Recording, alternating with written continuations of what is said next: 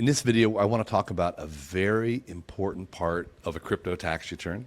It's very important because if you use a tax preparer, odds are very high that they will do this wrong. So if you're doing your own tax return, make sure this box is checked and make sure this is something to look for in someone else's return they prepared for you. On page 1 of the tax return of the 1040 form, it'll say 1040 at the top. It'll have your name, your address, your marital status, and then it's going to ask you an all-important question.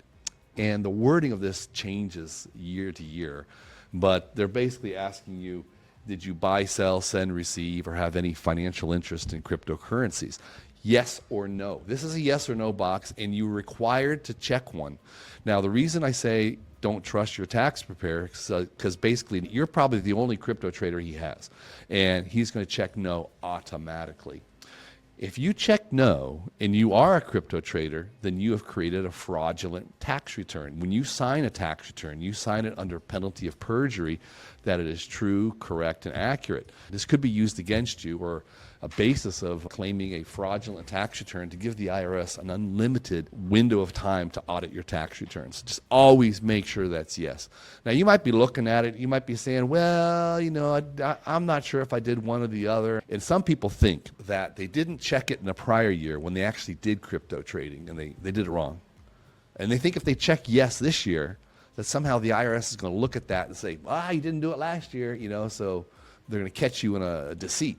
Well, the bigger deceit is the claim in this current year that you had no activities with cryptocurrency. The IRS does not do that type of comparison. They do a lot of other comparisons. That one is not one of them. This type of question, the purpose of it is to be, in part, instructional. That is to say, if you check yes, you're supposed to go and research what you're supposed to do to report that income. So it's considered instructional, and this has been approved by the Supreme Court, and we'll see this later when we look at the F-bar and Schedule B. Always check yes. It's safer to always check yes than it is ever to check no.